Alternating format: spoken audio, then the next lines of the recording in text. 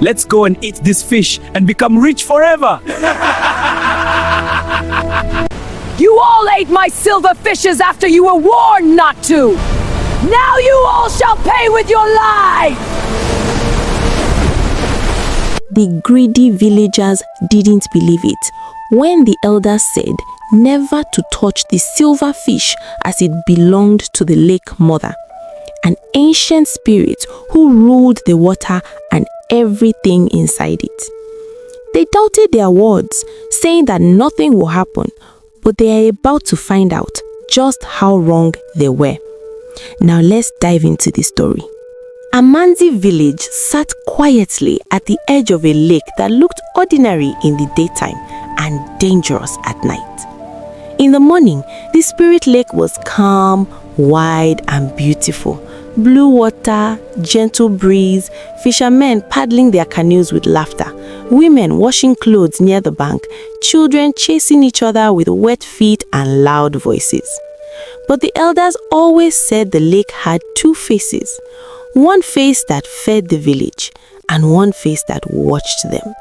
Because long before Amanzi became a village, before the first mud houses rose and before the first drum was beaten in celebration, the lake was already there, deep, silent and old, older than the oldest elder, older than stories. And the lake had one rule, a rule everyone knew from childhood, the same way children know fire burns. You may fish anywhere, but never fish in the silver circle. And if you ever see the silver fish, do not chase it, do not touch it, do not take it home. It is not food, it belongs to the lake mother. They called it the silver circle because there was a part of the lake where at night the water shone faintly like moonlight was trapped beneath it. Even when clouds covered the moon, the place still glimmered. If you threw a stone there, it didn't splash the normal way, it swallowed sound. The elders said that was where the lake mother lived, an ancient spirit who ruled the water and everything inside it. Some people believed with their whole chest, some doubted quietly, but nobody was foolish enough to test it, because the rule wasn't just a story, it had history. When Kato was still a small boy, he once sat by the fire with his grandmother, Mama Efe, and asked her why everyone feared a fish. Mama Efe stared into the fire for a long time before answering. Because we have seen what happens, she said. Kato leaned closer. His grandmother lowered her voice like the lake itself might be listening. Before you were born, there was a man called Ozioma. He was proud. He said the elders were lying, that the lake was only water and nothing more. One night, he went into the silver circle with two friends. They returned with strange fish that shone like coins. Kato's eyes widened. What happened to them? Mama Efe swallowed hard. They became rich, she whispered.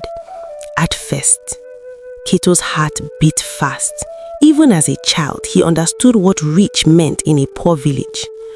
But not long after, they started hearing voices. They became angry people. Their eyes changed, and one night, they walked into the lake like people walking home, and they never returned. Kato shivered. Mama Efe pointed a bony finger at him. So listen to me. If you see the silver fish, you pretend you didn't. Hunger is painful, yes, but some hunger is safer than some food. That warning stayed with Kato as he grew. But life has a way of crushing warnings under reality. Kato grew into a fisherman like his father. Not because he loved fishing, because fishing was survival. He married Sade, a soft-spoken woman who could turn even small gari into something that tasted like hope. She was the kind of wife who didn't complain loudly, but you could always see worries sitting behind her eyes. They had a child, little Nuru, a bright girl who used to run around the compound like she owned the world, laughing, shouting, asking too many questions. Then one season, everything changed. First, the rain delayed. Then it came small, like the sky was tired.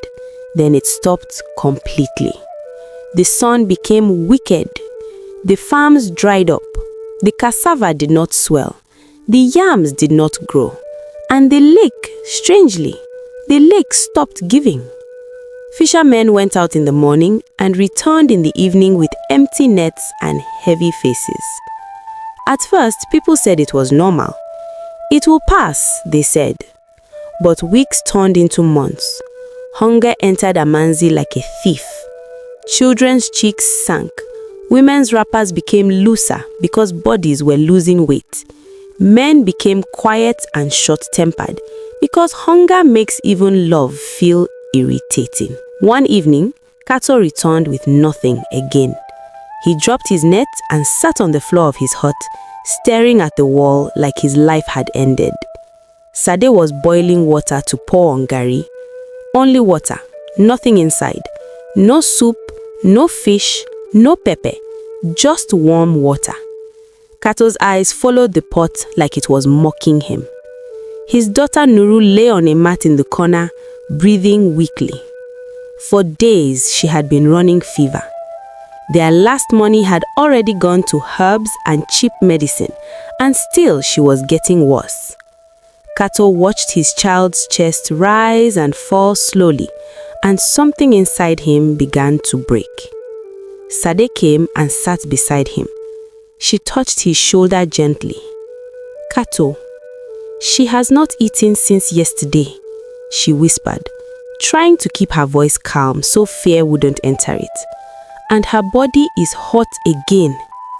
Kato clenched his jaw. "I went to the lake. It gave me nothing. I begged it. It still gave me nothing." Sade hesitated, then spoke the sentence that changed everything. "What if," she said carefully, "the elders are hiding something from us?" Kato turned to her sharply. "What are you saying?" Sade swallowed. "There are fish," she whispered. "Some people say they have seen silver light on the water at night. They say the silver circle still has life." Kato's heart froze. The old warning from Mama Efe returned like a slap. "Do not consume what you do not understand." Kato stood up, pacing. "That place is forbidden. That fish is not ours." Sade's voice cracked a little. "And is Nuru ours?" she asked quietly. "Because right now, it feels like she's leaving us." That was the moment Kato felt trapped. Not by greed, by fear, by helplessness, by the kind of desperation that makes a good man begin to consider bad choices. Outside, night fell. The village was quiet, too quiet. Hunger makes villages silent. Kato walked out of his hut and looked toward the lake. The water was dark, still, waiting. He stood there for a long time. Then he made a decision. Kato did not tell anyone. He took his canoe and pushed it into the water gently, so it wouldn't make noise. He paddled slowly, keeping to the shadows near the reeds. The air was cold, the kind of cold that makes your skin rise. The village lanterns behind him grew smaller until they were only tiny points of light. The deeper he went, the quieter everything became. No frogs, no insects, no birds. Just the sound of his paddle slicing through water. Even that sound began to feel too loud. Then he saw it, a faint glow, not from the sky, from the water, the silver circle. Kato's throat dried. His palms began to sweat. His body wanted to turn back, but his mind showed him Nuru's face on the mat, so he kept going. As he entered the glowing part of the lake, the water around his canoe shimmered like melted metal. Kato held his breath. Then, a movement beneath the surface. Smooth, fast, a flash of silver. His eyes widened. The silver fish. It was more beautiful than any fish he had seen in his life. It looked like it carried moonlight inside its body, like a living jewel. Kato whispered without meaning to, God. The fish circled his canoe slowly, almost like it was studying him. Then it swam away. And something strange happened. His net, without him even throwing it properly, shifted in his hands as if pulled by an unseen force. Kato shook his head, trying to stay in control. No, he whispered to himself, I should go back. But another flash came, closer this time. The fish rose a little, and for a split second, its silver back broke the surface. Kato saw its scales clearly. And in that moment, a terrible thought entered his mind. If I catch this, my child will live. If I catch this, we will not suffer again. His hands moved before his conscience could stop them. Kato cast the net. The lake went completely still. The glow brightened. Kato's breathing turned rough. The net sank. Then it tightened. Something was inside. Heavy. Strong.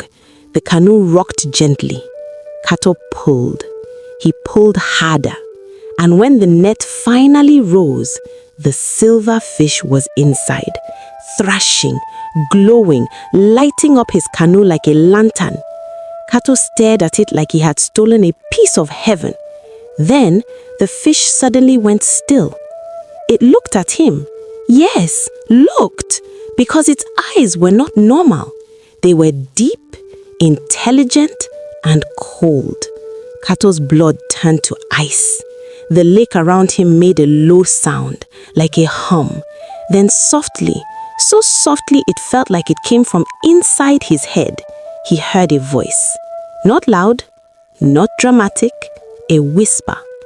You have taken what is not yours. Kato froze. His whole body locked. He wanted to throw the fish back. He wanted to paddle away, but fear held him like chains. The whisper came again. Bring it home. Kato's mouth opened, but no words came out.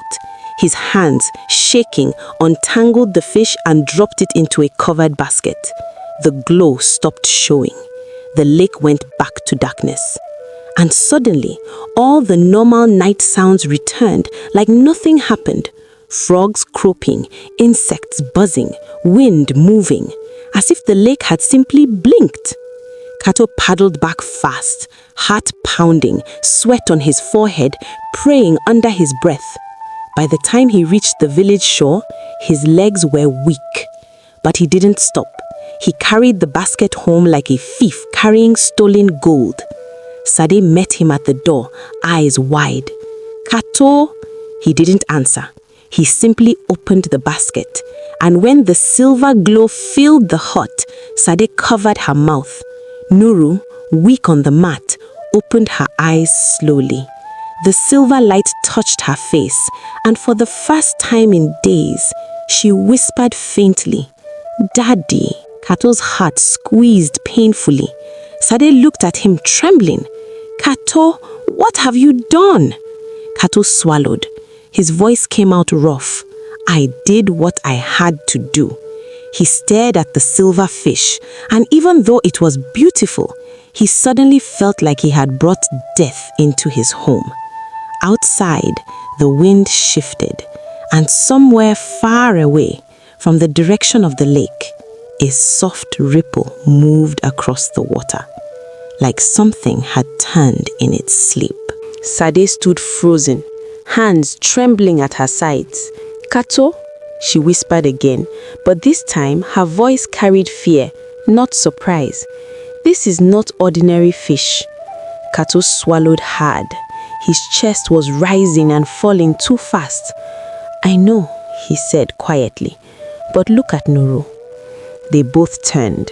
The child who had barely moved for days was now watching the basket. Her eyes followed the soft glow like a moth follows light. Her breathing, once shallow and weak, sounded a little stronger. That small change was enough to break their resistance. Sade closed her eyes, whispering under her breath, Forgive us, whoever guards this leak. Forgive us. Kato said nothing.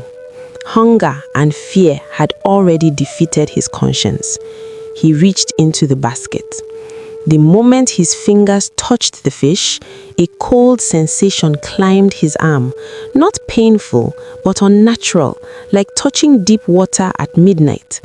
The fish did not struggle, it did not flap, it lay still, glowing faintly, as if it had accepted its fate or was waiting for something. Kato hesitated for a second. Then he carried it to the cooking space. Sade prepared the fire slowly, her movements careful, almost respectful, like someone handling something sacred or dangerous. She did not speak much, neither did Kato. Only the crackling of fire filled the hut. When she cut the fish, something strange happened. There was no blood. Instead, a faint silver liquid slid across the knife, glowing softly before disappearing into the flesh. Sade froze. Kato, look. Kato stepped closer, his heartbeat loud in his ears. The fish smelled sweet, not like normal fish, not like river fish, something deeper, richer, almost intoxicating. He shook his head. We have gone too far to turn back now, he said. Sade nodded slowly, but fear had already entered her bones. She cooked the fish carefully. No spices, no oil, nothing wasted. The smell filled the hut, warm and powerful, spreading into the night air outside. Nuru stared on her mat. Food, she whispered weakly. Yes, my child, food is coming. They sat together, Kato, Sade, and little Nuru between them. The fish still glowed faintly even after cooking, like moonlight trapped inside flesh. Kato broke a small piece and blew on it gently. He fed Nuru first. The child swallowed slowly. For a moment, nothing happened. Then, her breathing steadied. Her body relaxed. Color slowly returned to her cheeks. Sade gasped, grabbing Kato's arm. Kato, look! Nuru pushed herself up slightly, something she had not been able to do for days. Daddy, I feel warm, she said softly, eyes clearer than before. Kato felt his throat tighten. He fed her another small piece, then another. Soon, Nuru sat upright, weak but alive. Sade began to cry quietly, covering her face. It's working, it's working. Kato finally tasted the fish. The moment it touched his tongue, a strange warmth spread through his chest. Not just warmth, strength. Deep, steady, powerful, like his body was remembering something it had forgotten long ago. His tired muscles relaxed, his heavy mind cleared, even his vision sharpened slightly. He looked at Sade.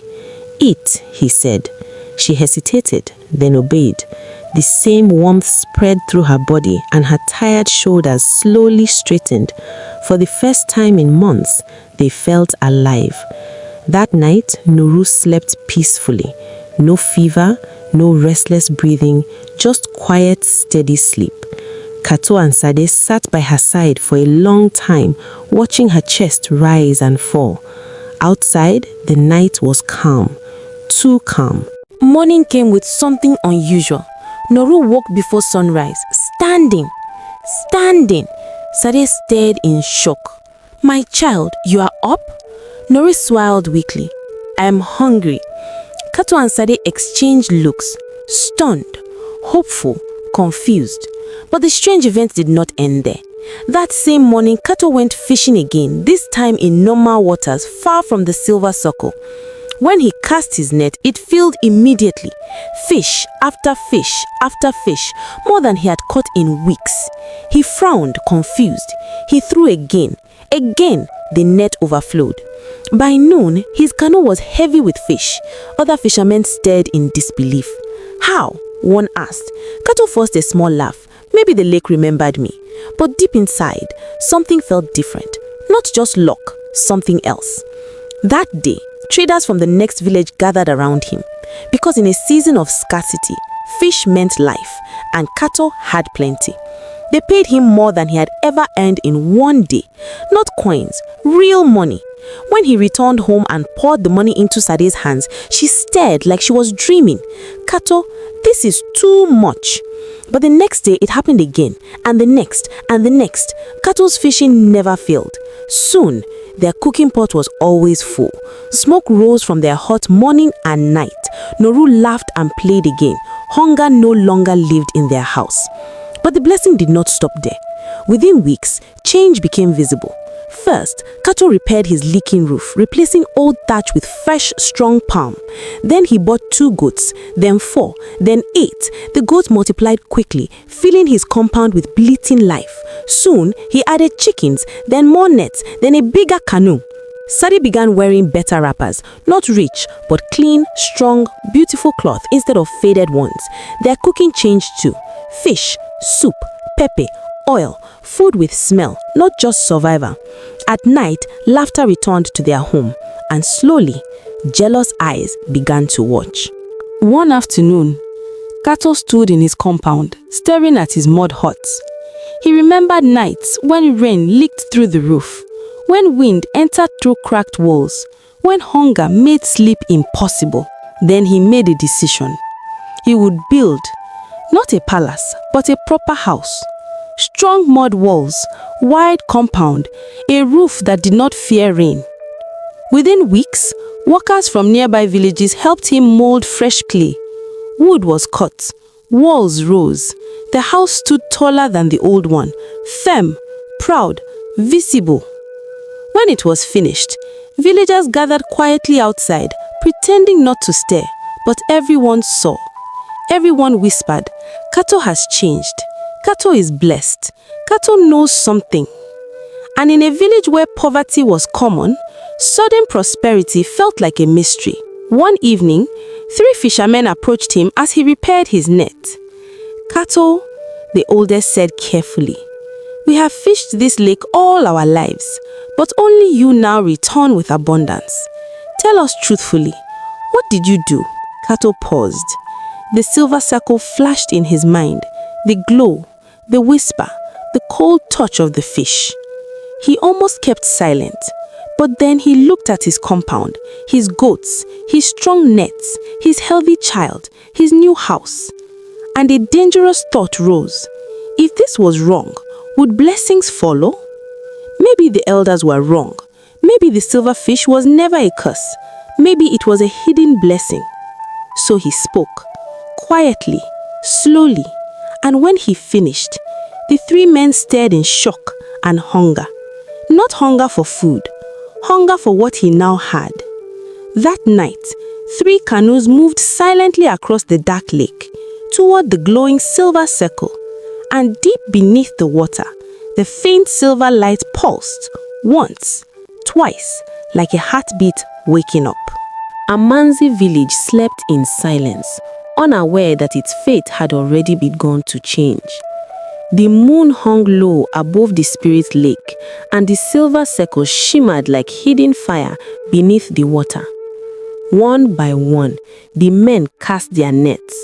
One by one, they caught the glowing silver fish, and one by one, they took it home. Within days, the pattern repeated, just like Kato. The first fisherman's sick mother suddenly recovered strength. The second man, who had been poor for years, began catching fish in abundance. The third, once known for bad luck, suddenly prospered beyond expectation. They tried to keep quiet, but prosperity cannot hide in a hungry village. Soon, more homes had food cooking every night. More children grew strong again. More fishermen returned with heavy nets.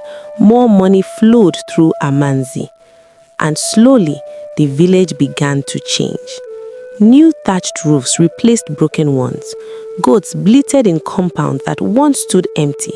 Women wore brighter wrappers. Smoke rose from cooking fires morning and evening. For the first time in many seasons, hunger loosened its grip on Amanzi. But prosperity also brought something else. Comparison, envy, curiosity. Soon, whispers spread from hut to hut. "It is the silver fish. It brings blessing." The elders lied. The lake was hiding wealth from us. Fear began to weaken. Temptation began to grow. And before long, secrecy ended. The silver circle was no longer visited by one man, but many. Weeks passed. Amanzi transformed. Kato was no longer the only prosperous man. Now, several fishermen owned bigger boats. Many compounds had livestock multiplying quickly. Traders from far villages began visiting Amanzi more often. Money flowed where poverty once lived. People began building stronger houses, not palaces, but solid village homes, wider compounds, better storage barns, fuller kitchens. The sound of laughter returned to the village square. Drums beat again at night. For the first time in many years, Amanzi felt alive. And slowly, the elders' warning became a forgotten story. But then, small things began to change. Nothing dramatic, nothing loud, just wrong. One evening, Kato sat near his doorway watching the sunset. Suddenly, he heard something. A faint whisper, not from outside, from inside his head. Soft, like water sliding over stone. He stood up quickly and looked around. No one was there. He shook his head. Just tiredness, he muttered. But later that night, as he passed near the lake, he heard it again. Faint, calling. Not words, just a sound, like something deep underwater trying to speak. Kato hurried home, but fear had touched him. Others began noticing strange things too. A fisherman named Boro washed his face in the lake one morning and froze. His reflection blinked. Late. He blinked again. His reflection followed, but not perfectly, as if it was learning how to copy him. He stepped back, heart pounding. He told no one. Another woman noticed her veins faintly glowing silver under moonlight, only for a second, then gone. She hid it, because prosperity was worth more than fear. Then the first true sign appeared, and it could not be hidden. A young woman named Leila, who had eaten the silver fish weeks earlier, went into labor. Women gathered around her hut, helping, encouraging, praying. After hours of struggle, the baby was born. But the moment the child opened its eyes, the room fell silent. The baby's eyes were not dark, not brown, not black. They were silver, cold, still, unblinking. The baby did not cry. It only stared. The women exchanged frightened looks. One whispered, "Spirit child." Another said, "No, this is wrong." But Leila, exhausted and trembling, held her child close and whispered, "It is my blessing." Fear remained, but was buried under hope. Soon after, the lake began calling louder. At night, some villagers woke from sleep, walking, not dreaming, walking toward the lake.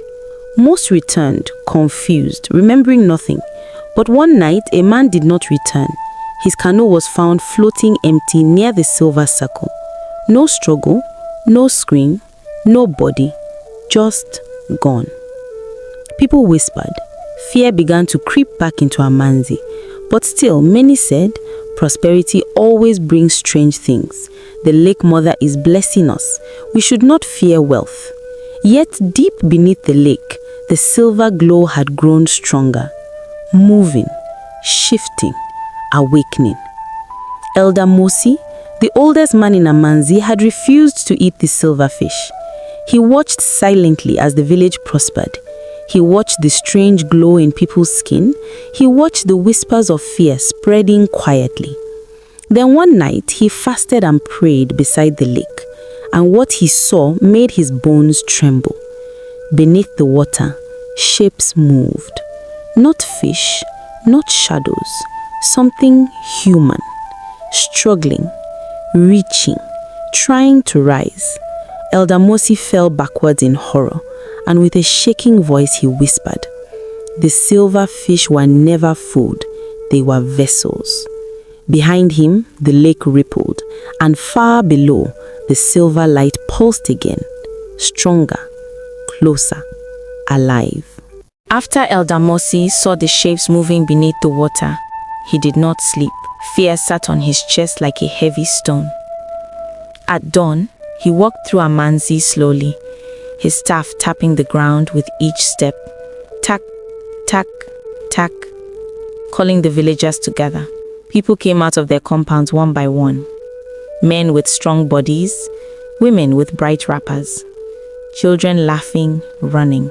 From the outside, Amanzi looked like a village blessed by fortune, but Elder Mossy saw deeper. He saw the faint silver glow beneath their skin. He saw the emptiness growing in their eyes. He saw what they refused to see. When everyone gathered under the great tree, he spoke. "My children, we have taken what was not given to us." Murmurs spread. Some frowned, some looked away. Kato stood at the back, uneasy. Elder Mossy continued, voice heavy. "The silverfish are not ordinary creatures. They are spirit vessels of the lake mother. I went to the lake last night, and I saw movement beneath the water." Silence fell. "What movement?" someone asked. Elder Mossy swallowed. "Shadows," he whispered. "Human shadows, trapped below the lake." A chill spread through the crowd. But before fear could grow, a man laughed loudly. It was Boro, now wealthy, strong, proud. "Old man," he said, "your eyes see ghosts because you refuse blessing. Look around. Are we cursed? Are we suffering?" He spread his arms toward the village. "We were dying before, now we live. The lake has blessed us." Some nodded, some clapped softly. Hope fought against fear. Elder Mossy shook his head slowly. "Not every blessing is a gift," he said. "Some are bait." But his words were drowned by rising voices. "Fear cannot feed us. Let the old man keep his fear. We will keep our blessing."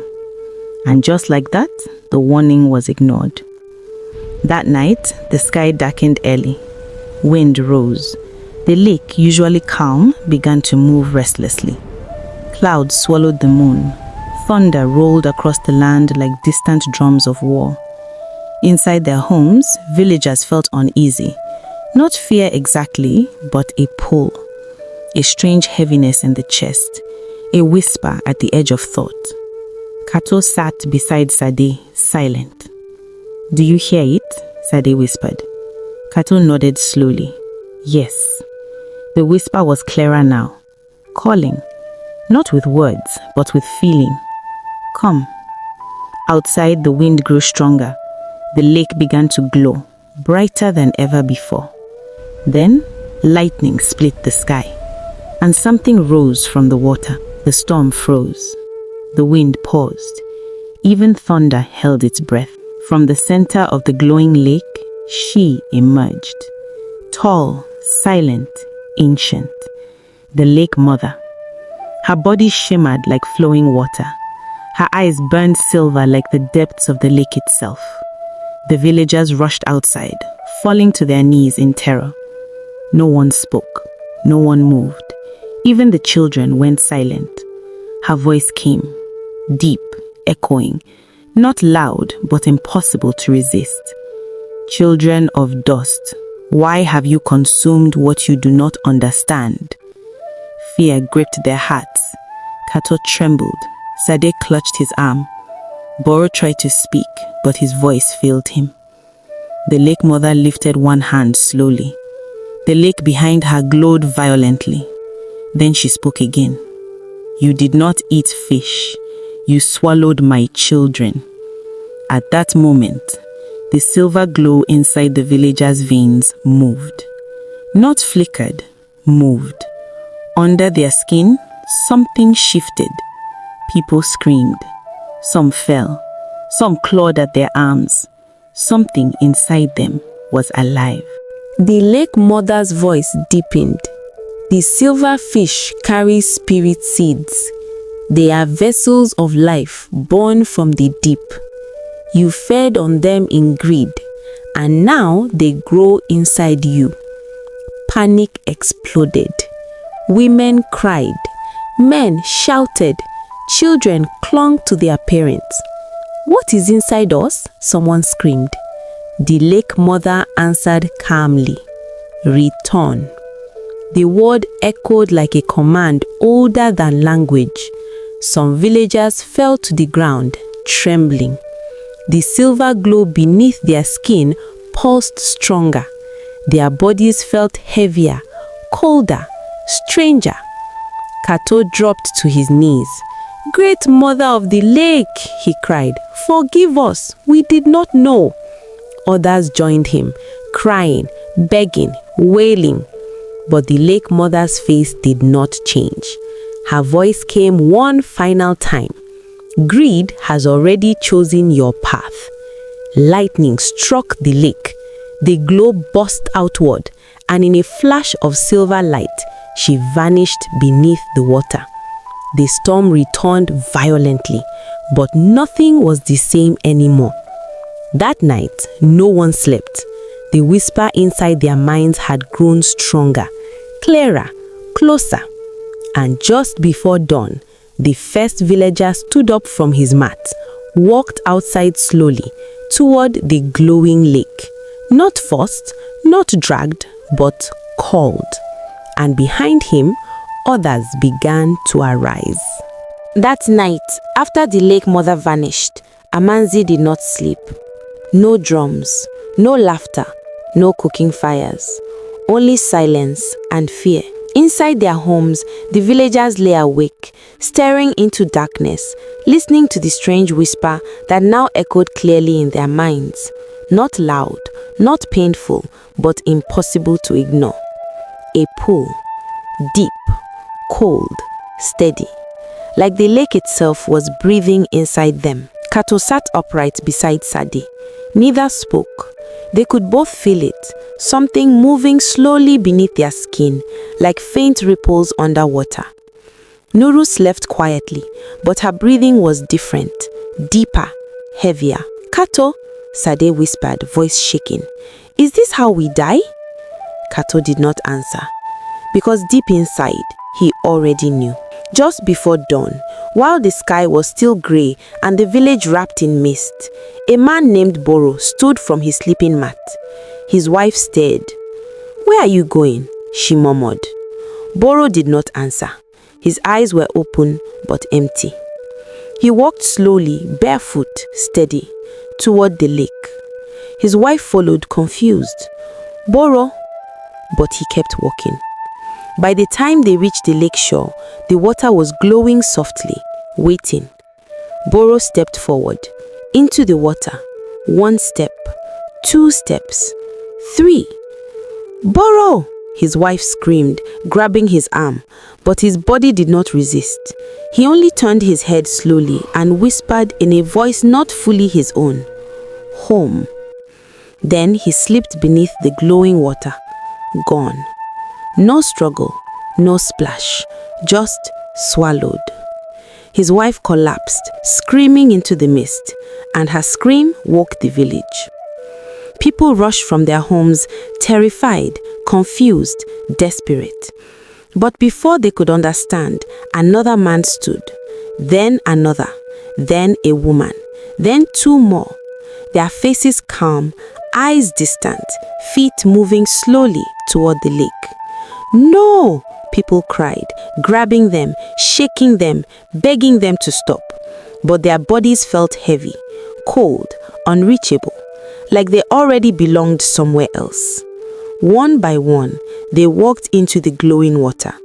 Mothers, fathers, young, old, all silent, all calm, all answering the same invisible call. Some villagers tried to hold them back, but the moment they touched the glowing skin, they felt a strange coldness, and fear made them let go. By sunrise, dozens had vanished beneath the lake, and the whisper inside those who remained grew louder.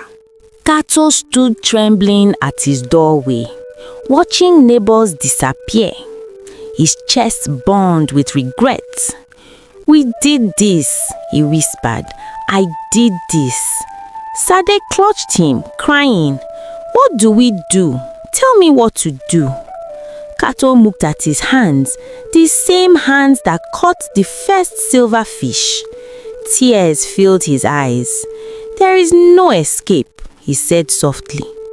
Behind them, little Nuru stood quietly. Her silver-tinted eyes reflected the lake's glow. "Mama," she said calmly, "they are calling." Sade turned in horror. "No, no, my child." But Nuru began walking. Kato grabbed her, holding her tight, shaking. "Nuru, stay with us." The child looked at him, not afraid, not sad, peaceful. "They are not hurting us, Daddy," she whispered. "They are taking us back." Her small hand slipped from his, and slowly she walked toward the lake. Sade screamed, falling to her knees. Kato stood frozen, unable to move, unable to breathe. And when Nuru disappeared beneath the glowing water, something inside him broke forever. By the second night, half the village was gone. By the third, only a few remained. No one fought anymore. No one ran because the whisper had become stronger than fear. One by one, they returned until Amanzi fell silent. Empty huts, cold fires, still air, and a glowing lake that slowly faded back into darkness. Travelers who pass near the abandoned Amanzi village avoid the spirit lake because on moonlit nights, faint silver shapes can be seen moving beneath the water, like shadows, like people, like something waiting. And sometimes, when the wind is still, a soft whisper rises from the lake. "Do not consume what you do not understand." And that was how Amanzi disappeared. Not because they were evil, but because desperation made them ignore the warning. They thought they were eating a blessing, they were swallowing a price. Now tell me, if you were Kato and your child was dying, would you have resisted the silver fish, or would you have done the same? Sometimes, one decision is all it takes to change everything. Let me know your thoughts in the comments. Thank you for watching. Please like video and don't forget to subscribe for more thrilling stories like this one. Hit the notification bell to be updated on our new story. Bye!